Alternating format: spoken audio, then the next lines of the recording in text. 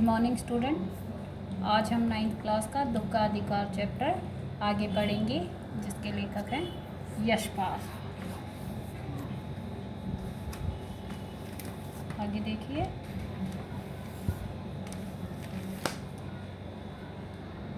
घर में जो कुछ आटा अनाज था दान दक्षिणा में उठ गया। उस गरीब बुढ़ी औरत के पास जो भी कुछ था, अनाज था, घर में जो थोड़ा बहुत धन था, वो सब उस ओझा की दान दक्षिणा में चला गया। माँ, बहू और बच्चे भगवाना से लिपट लिपट कर रोए। भगवाना बुढ़ी औरत के बेटे का नाम था। वे सब भगवाना की दशा को देखकर बहुत ही दुखी थे और रोए जा रहे थे। पर भगवाना जो एक दफे चुप हुआ तो फिर न बोला। भगवाना को जब सांप ने काट लिया था तो वह बाद में बेहोशी की अवस्था में पहुंच गया था। वो कुछ बोल नहीं पा रहा था और उसके बाद उसे बोलने का मौका भी नहीं मिला, क्योंकि सर्प के विष से उसका सारा बदन काला पड़ गया था, सारे शरीर में जहर फैल गया था, जिसकी वजह से उसकी मृत्यु हो गई। जिंदा आदमी नंगा भी रह सकता है, पर मुर्दे को नंगा कैसे विदा किया जाए?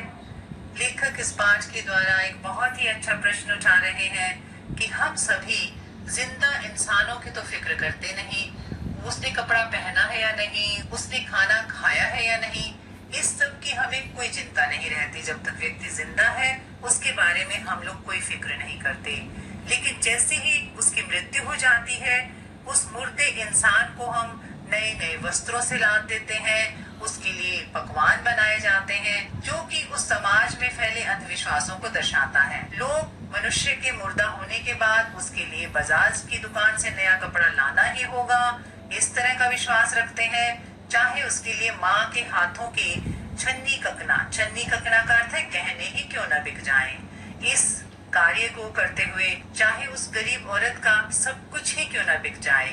अब तो उसका बेटा जिस तरह से मृत हो चुका है, मुर्दा हो चुका है, उसे वो सब इंतजाम करने ही होंगे।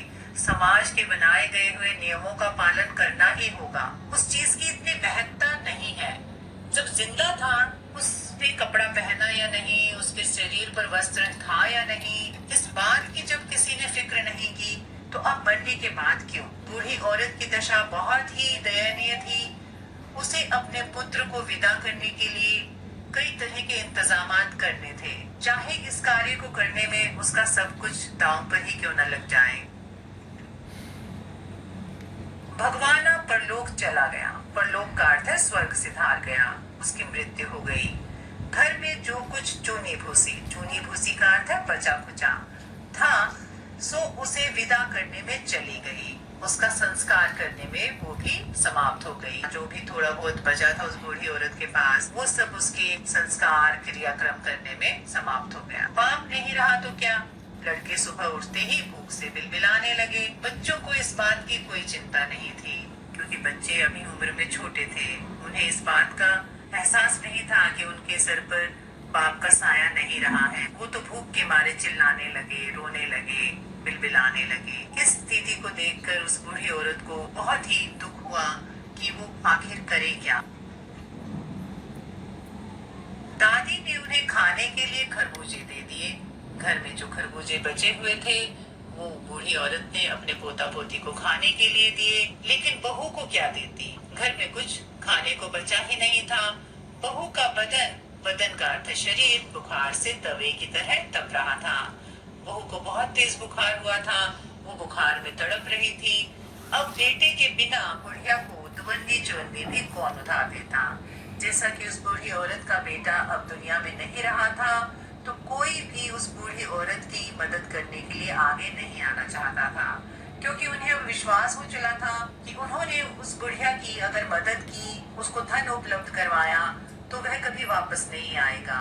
इसलिए कोई उसे उधार भी नहीं देना चाहता था, क्योंकि उन्हें कोई आस ही नहीं थी अपना दिया गया पैसा लौटाने की। उन्हें लग रहा था कि अगर इस बूढ़ी औरत को हमने धन के द्वारा मदद कर दी तो यह लौटा नहीं पाएगी। तस्वीर में दर्शाया गया है कि वह बूढ़ी औरत अपने पोता पोती को लेकर बहुत ही दुखी है और उनके पेट भरने के लिए, घर का गुजारा करने के लिए चिंतित दिखाई दे रही है।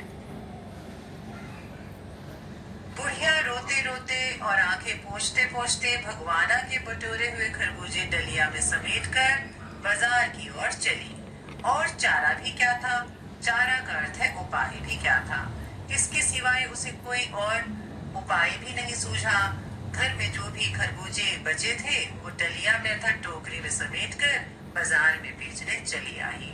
लेकिन उसका दुख बहुत बड़ा था। उसे अपने बेटे की मृत्यु का बहुत ही दुख था और वह लगातार रोए जा रही थी और वह फफक फफक कर रो रही थी, जोर जोर से रो रही थी, क्योंकि उसको अपने बेटे की याद आ रही थी। बुढ़िया खरबूजे बेचने का साहस करके आई थी। आई तो वह बाजार में खरबूजे बेचने थी, बहुत ही हिम्मत जुटाकर वह आई थी, परंतु सिर पर चादर लपेटे, सिर को घुटनों पर टिकाए हुए फफक फफक कर रो रही थी। उसका रोना रुक ही नहीं रहा था, वो लगातार रोए जा रही थी। जैसा कि यहाँ तस्वीर में भी दर्शाया गया है, वो बहुत ही परेशान है, बहुत ही दुखी है। और जैसा कि वो खरबूजे बेचने आई थी, लेकिन वो वह कार्य नहीं कर पा रही थी क्योंकि उसका दुख बहुत बड़ा था। कल जिसका बेटा चल बसा था, कल जिसके बेटे की मृत्यु हुई, आज वह बाजार में सौदा बेचने चली आई है, वो अपना काम करने चली आई है। हाय रे पत्थर दिल। पत्थर दिल का अर्थ है कठोर दिल, कि कितनी कठोर दिल औरत है। इसे जरा भी एहसास नहीं कि कल ही इसका जवान बेटा इस दुनिया से गया है, अर्थात उसकी मृत्यु हुई है। उसे इस बात का कोई दुख नहीं, इसे तो सिर्फ अपना पेट भरने की चिंता है। इसी कारण से वह बाजार में सौदा बेचने चली आई, अर्थात अपना सामान बेचने चली आई। अपनी दुकान लगाकर बैठी है बाजार में। तरह तरह के लोग उसके प्रति बातें कर रहे थे और कह रहे थे कि यह औरत तो बहुत ही कठोर दिल की है, पत्थर दिल की औरत है। उस पुत्र वियोगिनी का अर्थ है पुत्र के दुख में दुखी, के दुख का अंदाजा लगाने के लिए पिछले साल अपने पड़ोस में पुत्र की मृत्यु से दुखी माता की बात सोचने लगा। अब लेखक उस बूढ़ी औरत की दशा देखकर अपने पड़ोस में रहने वाली औरत के बारे में सोच रहा था। उस औरत के साथ भी कुछ ऐसा ही घटा था। वह संभ्रांत महिला, संभ्रांत का अर्थ है उच्च वर्ग की, अमीर वर्ग की जो औरत थी, वह भी पुत्र की मृत्यु के बाद 2.5 मास तक पलंग से उठ न सकी थी। 2.5 मास होता है 2 महीने और आधा महीना मिलाकर 2.5 मास बनता है। वो 2.5 मास तक अपने बेटे के मरने का दुख मना रही थी। वह एक सुविधा संपन्न उच्च वर्ग की औरत थी, जबकि यहाँ पर जो उसने बाजार में पाया बहुत ही गरीब और लाचार औरत जिसका बेटा मर गया था, उसे दुख मनाने का भी अधिकार नहीं था। वो अगले ही दिन बाजार में खरबूजे बेचने चली आई थी। लेखक को बार बार अपने पड़ोस की महिला की याद आ रही थी कि एक ये औरत है और एक वो औरत, दोनों की अवस्था में कितना फर्क। उन्हें 15-15 मिनट बाद पुत्र वियोग से मूर्छा, मूर्छा का अर्थ है बेहोशी, आ जाती थी और मूर्छा न आने की अवस्था में आंखों से आंसू न रुक सकते थे। बेटे के मरने का दुख माँ के लिए एक बहुत बड़ा दुख होता है, जिसे बर्दाश्त करना किसी के बस की बात नहीं। जैसा कि इस उच्च वर्ग की महिला के बेटे की भी मृत्यु हुई थी, उसकी दशा कुछ ऐसी थी। 15-15 मिनट के बाद उसे बेहोशी आ जाती थी और लगातार आंखों से आंसू बहने लगते थे। यहाँ पर तस्वीर में एक सभ्य समाज की औरत की दशा के बारे में दर्शाया गया है, जिसके बेटे की भी मृत्यु हो चुकी थी। दो डॉक्टर हरदम सिरहाने बैठे रहते थे। जैसा कि वह अमीर वर्ग से संबंध रखती थी, बहुत ही सुविधा संपन्न परिवार था उनका, तो वे ऐसा कर सकते थे। उन्होंने दो डॉक्टर उनकी सेवा के लिए रखे हुए थे, जो कि हरदम उसके सिरहाने बैठे रहते थे। हरदम सिर पर बर्फ रखी जाती थी ताकि उन्हें कोई तकलीफ ना हो, आराम पहुंचाने के लिए ऐसे किया जाता था। शहर भर के लोगों के मन में उस पुत्र शोक से द्रवित का अर्थ है दया से पसीजना, हो उठे थे।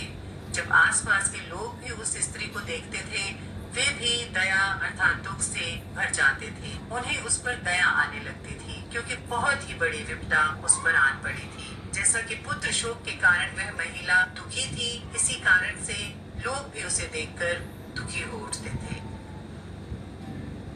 जब मन को सूझ का रास्ता नहीं मिलता, तो बेचैनी से कदम तेज हो जाते हैं। लेखक ने जब बाजार में उस बूढ़ी बूढ़ी औरत की दशा देखी तो वे द्रवित हो उठे, दुखी हो उठे, और इस उधेड़ बुन में उनके मन में तरह तरह के विचार उमड़ने लगे। उन्हें कुछ समझ नहीं आ रहा था। इसलिए ऐसा कहा गया है कि जब कोई रास्ता नहीं सोचता, जब कुछ समझ में नहीं आता कि क्या करें, तो कदम अपने आप ही तेजी से बढ़ने लगते हैं। लेखक भी अपने तेज कदमों से आगे बढ़ने लगे और उनके मन में तरह तरह के विचार आ रहे थे। उसी हालत में नाक ऊपर उठाए राह चलतों से ठोकरे खाता मैं चला जा रहा था। उन्हें कुछ समझ में नहीं आ रहा था। रास्ते में आते जाते लोगों से वो टकराते चले जा रहे थे और उस बूढ़ी औरत के बारे में ही विचार करते जा रहे थे। शोक करने अर्थात दुख मनाने का, गम मनाने के लिए भी सहूलियत, सहूलियत का अर्थ है साधन चाहिए, और दुखी होने का भी एक अधिकार होता है। लेखक जब सोचते हुए जा रहे थे और उन्होंने समझा कि किस तरह से दो वर्गों की जो औरतें थी उन पर समान ही विपदा आन पड़ी थी, और उन्होंने महसूस किया कि किस तरह से दुख मनाने के लिए भी साधन की आवश्यकता होती है, सहूलियत चाहिए। जिस परिवार में सुविधाएं थी, साधन उपलब्ध थे, उस परिवार की महिला तो दुख मना रही थी। जैसा कि हमने पहले जाना कि एक सभ्य समाज की अमीर वर्ग की औरत के बेटे का भी देहांत हो गया था और वह 2.5 मास तक उस बात का दुख मनाती रही थी, जबकि एक तरफ वह गरीब लाचार औरत थी, उसके बेटे की भी मृत्यु हुई थी, लेकिन वह दुख नहीं मना सकती थी क्योंकि वह हालात और मजबूरी की मारी थी। उसे मजबूरी थी, अपने बेटे के बच्चों का ख्याल रखना था उसे, उसकी एक पत्नी थी, उसकी भी फिक्र थी उसे। इस वजह से उसे बाजार में आना पड़ा था अपने बेटे की मृत्यु के अगले दिन ही। इस समाज में मौजूद जो विभिन्न वर्ग हैं, जो दो खास तौर से वर्ग हैं, उच्च वर्ग और निम्न वर्ग की दशा के बारे में बताता है कि एक सुविधा संपन्न जो परिवार है उसे तो सब सुविधाएं और साधन उपलब्ध हैं और उसे दुख मनाने का भी अधिकार है। लोग उसके बारे में फिक्रमंद भी हैं, लेकिन उस बूढ़ी औरत के बारे में